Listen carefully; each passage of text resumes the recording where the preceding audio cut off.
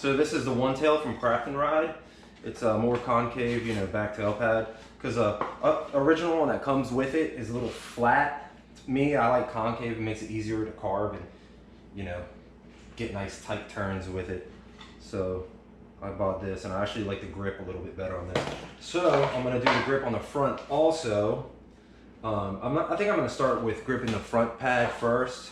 And if you guys are wondering what this is, I have super high arches, so I can't engage the sensors every time I step on it. So these little felt pads actually do help me out. And I've ran into a few other people that had the same problem. They either did this or they put 2 strips of Velcro on each side, made it easier for them. All right, so I had to change locations because the cord wouldn't reach, and it still really doesn't reach too well. So let me scoot over a little bit. Those are on there pretty well. So what I remember doing with the XR is I heated up here first and started peeling from here up, which makes it easier, I guess.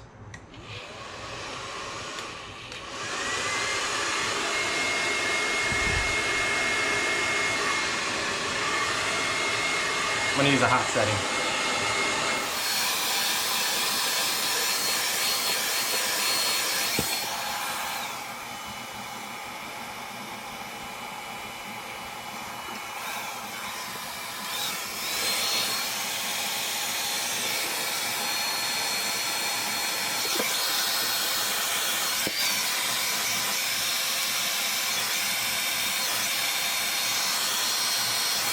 There's a little layer of plastic underneath here. Just make sure you don't lift that up. You're just lifting up the grip tape.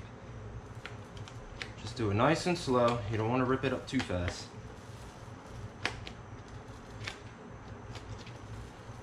And just keep feeling, make sure, like, you know, where you're lifting, the grip tape is a little bit warm. That way you're not pulling up cold.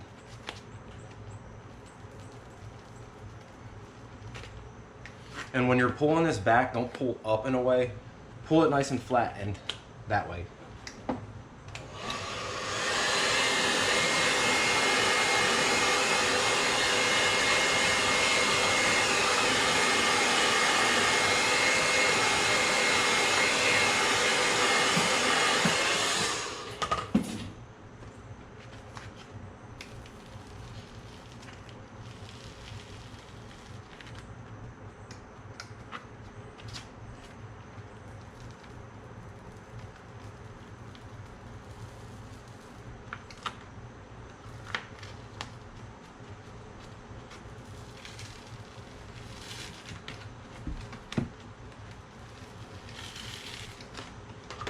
A little bit more heat.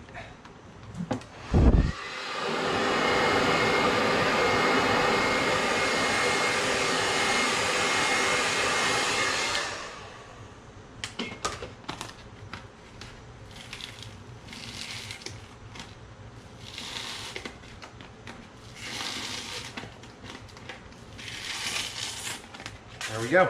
That's that. I'm gonna take a picture to send it to Craft and Ride. All right, that's it. All right, to get this this piece of grip on, I'm gonna line it up, make sure it fits everything. All right, looks like it fits. All right, so what I did last time was I pulled all of the backing off. This time I'm just gonna try to pull it up to here, line it up there, and then lift and try to pull it all the way. Because last time I did it, it kind of got squished together, and then I had to rip it back off on my XR. So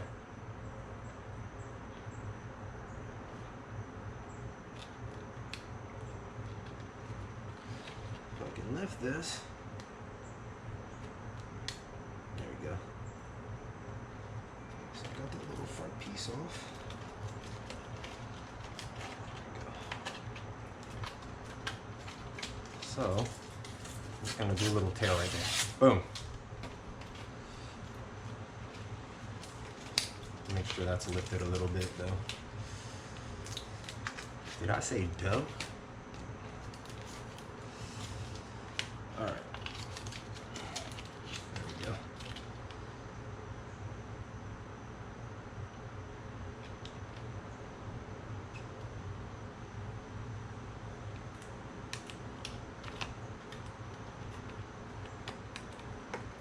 That's good enough for me.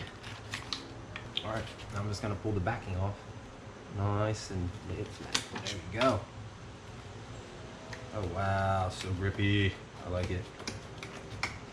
Maybe with how these stick up so far, I might not even need those felt pads. We'll see. That would be awesome if this works great for my high arches. All right, that's the front foot pad. Remove the top 2 screws from your rear stock foot pad. I'm gonna do that first, right? So I think they're talking about these 2 screws right here. Hopefully you can see them. Shit, hopefully they're not on too tight because I don't want to strip this. All right, there we go. There goes the 2 top. Wow, these are little guys. Super small screws. There's one.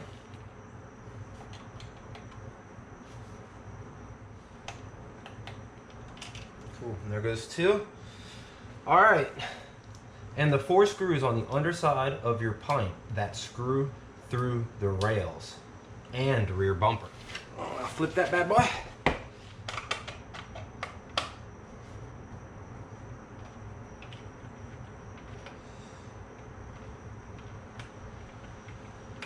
Remove 4 screws on the underside of the pint that screw through the rails and the rear bumper. All right, that was long. Rear bumper.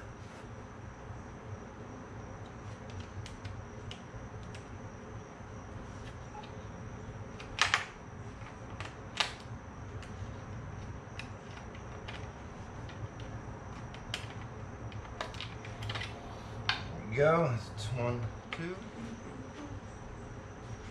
Oh yeah.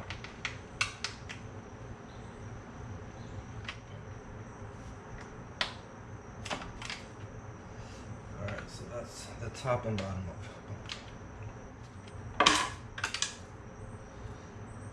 Okay. That's awesome. There it is. That's that. All right. Let me give it a little flippy.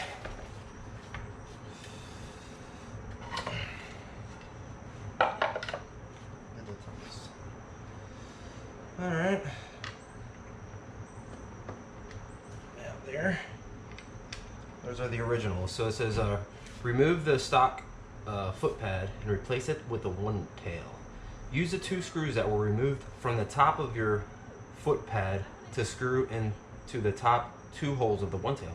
It's extremely important that you install these screws very loosely with only a couple of turns to allow proper hole alignment and ease of install. All right. So let's give it a couple little baby turns. Well, my camera ended up dying on me. I ended up getting all the screws put back in. These 2 little ones went in pretty easy. And underneath was this one, these 2 small ones. Remember these 2 long are the long ones. All right, so that grip tape did end up making a big difference with my high arches. For some reason, I can get better contact on it. And the concave on his foot pad is right here on the front of your toe. I'm a regular stance rider. So what I like to do is kind of like grab that little corner with my toes.